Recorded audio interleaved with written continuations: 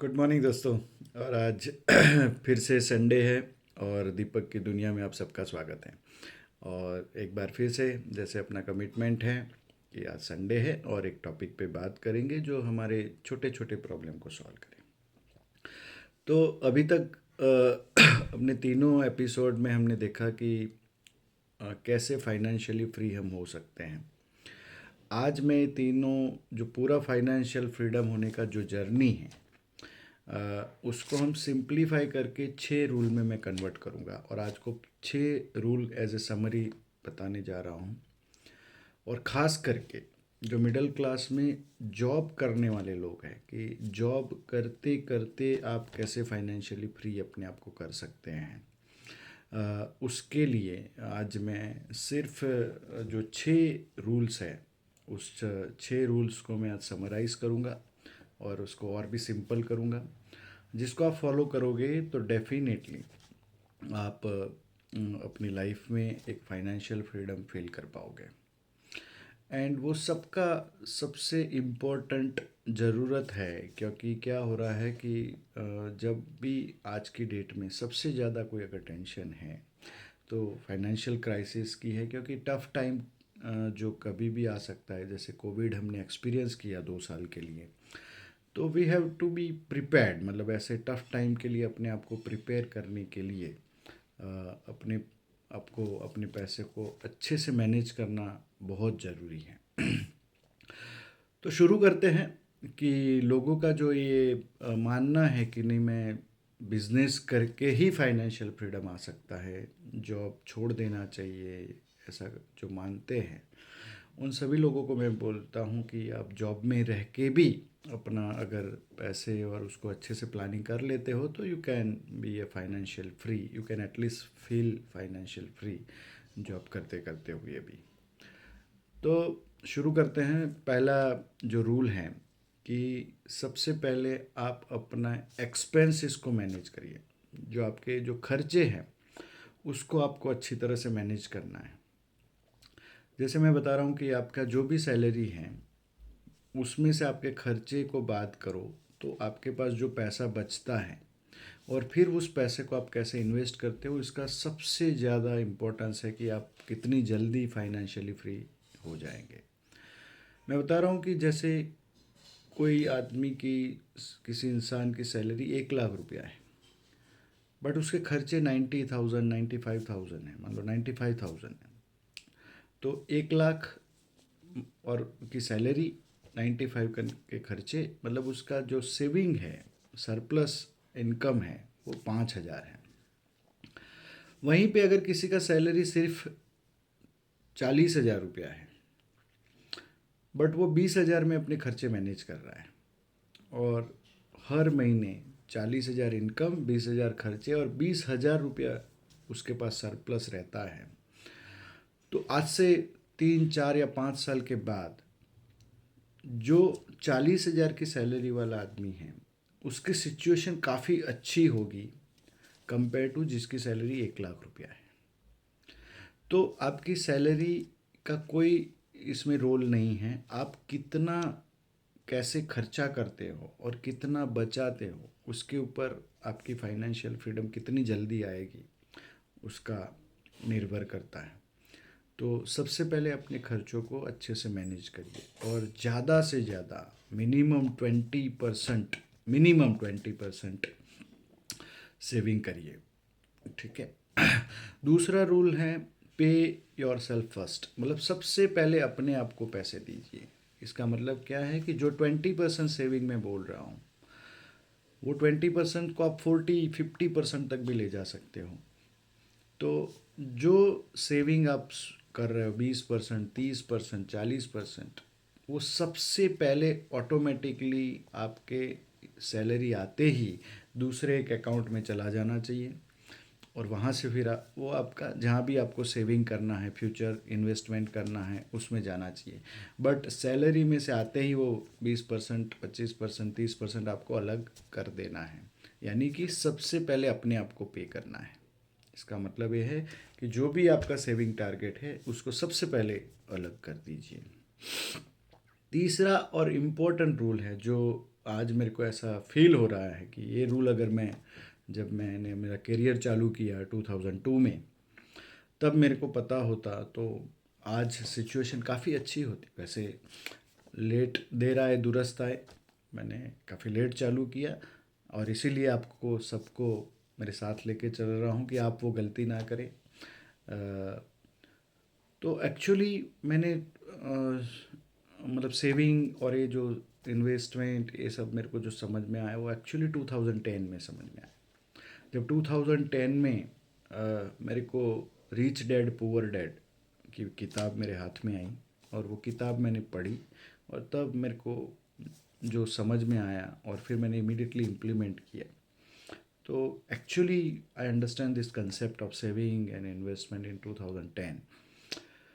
But आपको जितना जल्दी चालू कर सको, स्टार्ट अर्ली। अगर आप 22-25 साल में आप अगर पहली जॉब लग जाती है यंगस्टर को, तो उनको तभी से शुरू करना चाहिए। भले छोटा करे, 500 रुपया, 1000 रुपया, लेकिन शुरू से आप करते हो, जल्दी कर लेते हो, तो आपको कंपाउंडिंग का एक बहुत बड़ा बेनिफिट मिलता है कि आपके पैसे जल्दी बढ़ते हैं। मतलब आपके पास ज़्यादा साल होते हैं और उसका कंपाउंडिंग का बेनिफिट मिलता है। दूसरा क्या होता है कि आप 25 साल में शुरू कर देते हो इन्वेस्टमेंट सेविंग, तो अगर आपकी जो शुरुआत में गलतियां भी होती है तो वो गलतियां आपको जल्दी समझ में आ जाती हैं और आप 30-35 साल तक एकदम मैच्योर इन्वेस्टर बन जाते हैं कि जिसने सारी गलतियां कर चुका होता है। और वो गलतियां छोटी होती है। आप 40-45 साल 50 साल पे कोई गलती आप अफोर्ड नहीं कर सकते, बट अगर आप 25-30 साल पे कोई छोटी गलती करते हो तो गलती भी छोटी है जो आप अफोर्ड कर सकते हो और अपने आप को करेक्ट कर सकते हो। तो तीसरा रूल्स है कि स्टार्ट अर्ली। जितना जल्दी हो सके आप इन्वेस्टमेंट और सेविंग चालू कर दीजिए। चौथा जो है कि इन्वेस्ट ऑन योर सेल्फ। ये रूल मुझे बहुत काम में आया है। इसका मतलब ये है कि हर महीने आपका जो भी इनकम है इसका 1 या 2%, हार्डली 1% मान के चलो, वो आप अपने आप के पे इन्वेस्ट करिए टू अपग्रेड योर सेल्फ। आपकी जो भी स्किल है, आप जिस जॉब में हैं, आप जिस प्रोफेशन में हैं, आप जो धंधे में हैं, उस एरिया में आपकी स्किल को बढ़ाने के लिए वो 1% इनकम जो भी है, मान लो 1000 रुपया पर मंथ, उसको आप इन्वेस्ट करिए और आपकी स्किल को बढ़ाएं। जैसे कि आप अच्छी किताब उस एरिया में, आप अगर सेल्स में हैं तो सेल्स के ऊपर अच्छी किताब ला के पढ़ें। अच्छा कोई ऑनलाइन सेमिनार है तो उसको अटेंड करें। कोई सेल्स के लिए कोई वर्कशॉप है तो वो अटेंड करें। कुछ ऑडियो बुक्स वीडियो देखें। यूट्यूब पे भी आप अभी तो फ्री में मिल रहा है, बट आप टाइम इन्वेस्ट करें। मतलब कुछ भी करके आपको हर महीने आपकी स्किल को बढ़ाने के लिए कुछ करना है। तो जिस प्रोफेशन में आप है उस प्रोफेशन में आप मास्टर बनना चाहिए। आपको इतना मास्टर बनना चाहिए कि आपको कोई इग्नोर नहीं कर सके। तो इट इज़ वेरी इम्पोर्टेंट कि, और इससे मैं बता रहा हूँ कि आप 1000 रुपया हर महीने आपकी स्किल को अपग्रेड करने के लिए लगाते हैं, एक अच्छी किताब पढ़ते हैं और उसमें से कुछ अच्छी टेक्निक समझ के आप अपनी डेली लाइफ में इम्प्लीमेंट करते हैं, तो वो कहीं ना कहीं आपको इतना रिटर्न देता है कि एक आपका प्रमोशन हो जाता है, आप ओवर अचीव करते हो आपके टारगेट्स तो आपको इंसेंटिव मिल जाता है एंड सो मैनी थिंग्स।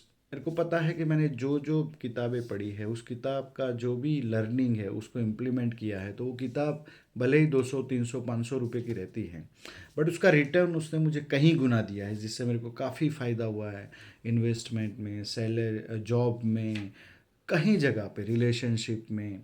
और उसका 200-300 रुपये की किताब से मेरे को कभी कभी उसके 10 गुना 20 गुना भी फ़ायदा हुआ है। तो सबसे इम्पॉर्टेंट है कि हर महीने अपने आप पे इन्वेस्ट करिए और अपनी स्किल को बढ़ाएं। नेक्स्ट जो है कि आपके जो बड़े डिसीजंस हैं, कार है, होम है, घर लेना है, इसमें जल्दबाजी ना करें क्योंकि उसमें काफ़ी ज़्यादा पैसा इन्वेस्ट होता है और फिर वो आपकी बहुत लंबी लाइबिलिटीज़ भी है। तो आप एक अच्छा एक सेविंग आपका इन्वेस्टमेंट का एक पोर्टफोलियो बन नहीं जाता है, तब तक आप कार और होम लोन इसके ऊपर ना जाए। लोग क्या अक्सर दिखावे के लिए कि भाई उसने खुद का घर ले लिया, उसने घर ले लिया, आपके रिलेटिव में किसी ने घर ले लिया, तो हमको भी घर लेना है करके हम थोड़ा जल्दबाजी कर लेते हैं। सेम वे कार का है कि लोग अब आसपास में लोग कार ले लेते हैं, सबके पास खुद की कार होती है तो हम भी ले लेते हैं। बट ऐसा नहीं है। आपको देखना है कि भाई आपके पूरे अच्छे से आपका एक सेविंग पोर्टफोलियो बन गया है, आपका एक अच्छा सा बैंक बैलेंस क्रिएट हो चुका है, उसके बाद ही आप होम लीजिए। दूसरा क्या होता है कि अपने जॉब्स भी ऐसे होते हैं कि ट्रांसफरेबल जॉब होते हैं। तो कभी कभी मेरा ही एग्जांपल देख लो कि मैंने गुजरात में घर लिया, उसके बाद ही मेरा ट्रांसफ़र हो गया, तो मैं मेरे खुद के घर में रह भी नहीं पाया। सो आई थिंक हमको ये सारे डिसीजन बहुत सोच के लेने हैं, और थोड़े इसमें डिले कर सकते हैं, इसमें कोई प्रॉब्लम नहीं, क्योंकि आप देखो कि आपको अभी इजीली रेंटेड घर अवेलेबल है, और जो रेंट का पोर्शन है वो आप 1 करोड़ का 80-90 लाख के घर लेके उसकी मंथली 40-50 हज़ार की ईएमआई हो जाती है, इंटरेस्ट हो जाता है। इससे बेटर है कि आप 20 हज़ार का रेंट दे के अच्छे घर में रह सकते हैं। और आप घर लो, मैं मना नहीं करता हूँ कि घर नहीं लेना है, बट जब आप एक अच्छे पोजीशन में पहुँच जाओ उसके बाद घर लो, क्योंकि घर लेना एक बहुत बड़ा डिसीजन है। उसमें काफ़ी पैसे लगते हैं और काफ़ी टाइम की लाइबिलिटी भी वो है। So plan accordingly.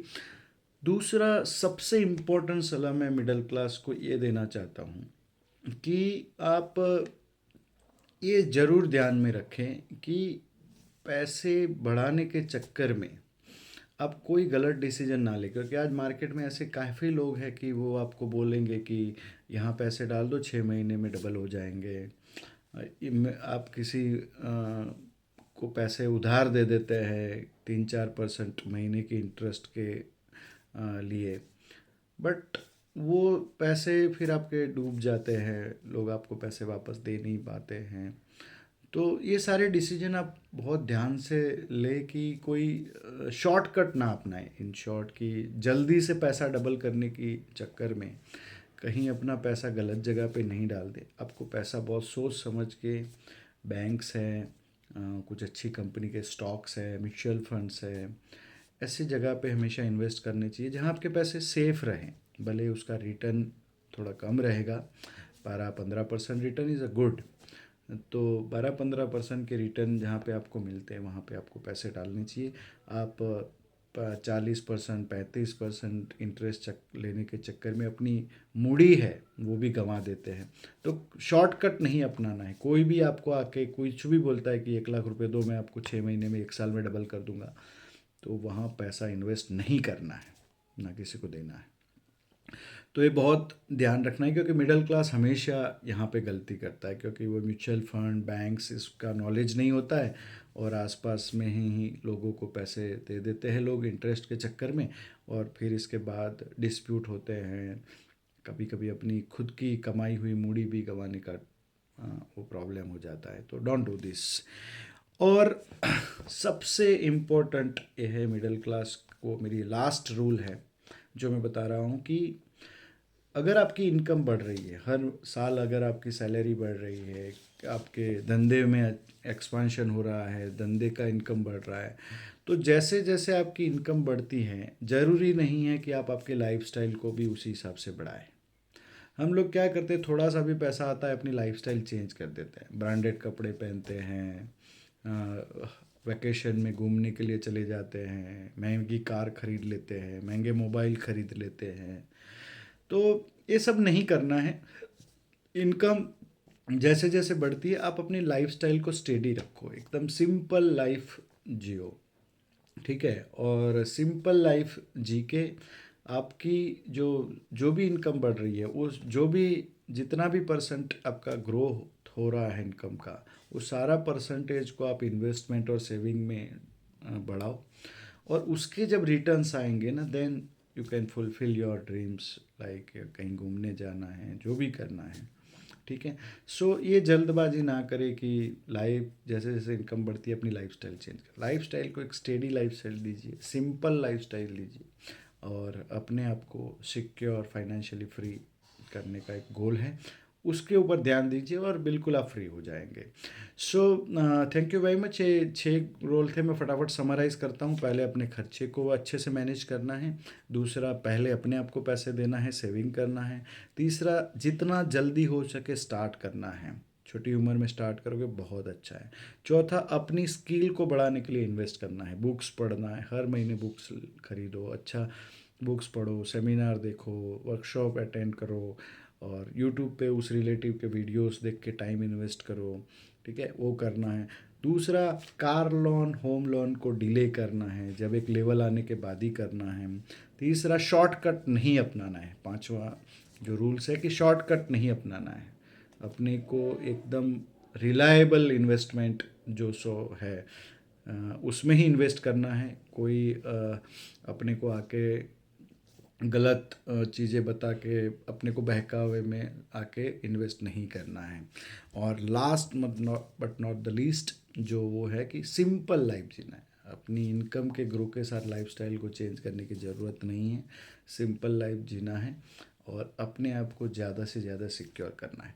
So thank you very much. And ये वीडियो जब सबसे ज़्यादा लोगों के साथ आप शेयर करें, उसको लाइक करना ना भूलें, आपकी कमेंट डालना ना भूलें कि अगर आपको नेक्स्ट वीडियो किस टॉपिक पे चाहिए वो डालिए, ये वीडियो आपको कैसा लगा इसके ऊपर आप बताइए, और सब्सक्राइब करना ना भूलें क्योंकि हर संडे मैं वीडियो डालूँगा और वो वीडियो आपको सबसे पहले देखने को मिले उसके लिए सब्सक्राइब ज़रूर करें, और मिडिल क्लास में आपके जितने भी फ्रेंड्स रिलेटिव हैं उनको करें, क्योंकि दीपक की दुनिया का एक ही मकसद है, let's create a positive world जहाँ पे लोग खुश रहें और फाइनेंशियली फ्री रहें और एक अच्छी सी ज़िंदगी जिए, वही इस चैनल का ऑब्जेक्टिव है। Thank you very much and have a good Sunday. Thank you.